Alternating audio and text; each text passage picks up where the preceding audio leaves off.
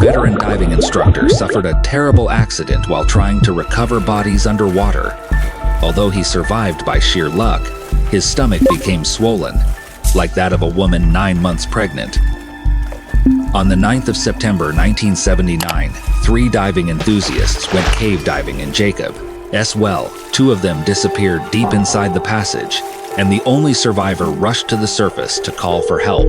Former Navy diver and senior instructor Tang, along with game warden Calvin, entered the cave to search.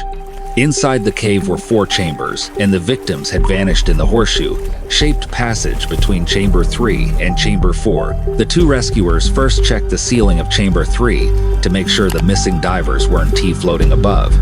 At that time, the horseshoe passage was blocked by rubble.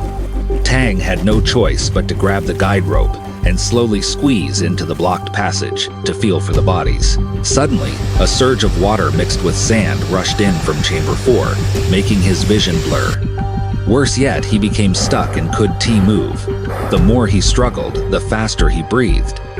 Then the nightmare happened. He inhaled, but his regulator didn't deliver any air.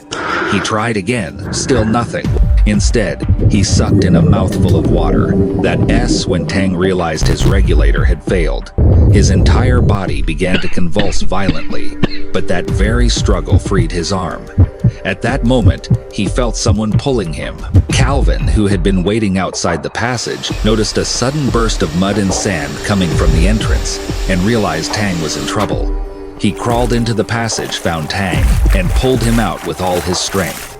Calvin even shoved his own regulator into Tang's mouth. Working together, Tang slowly inched his way out.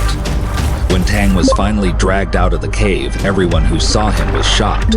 His stomach was grotesquely swollen, like a woman about to give birth. It turned out Tang had swallowed a large amount of gas and water during the ordeal. His stomach ruptured, and the swallowed air and water flooded into his abdominal cavity. He was rushed to the hospital for emergency surgery. Fortunately, he survived and eventually made a full recovery.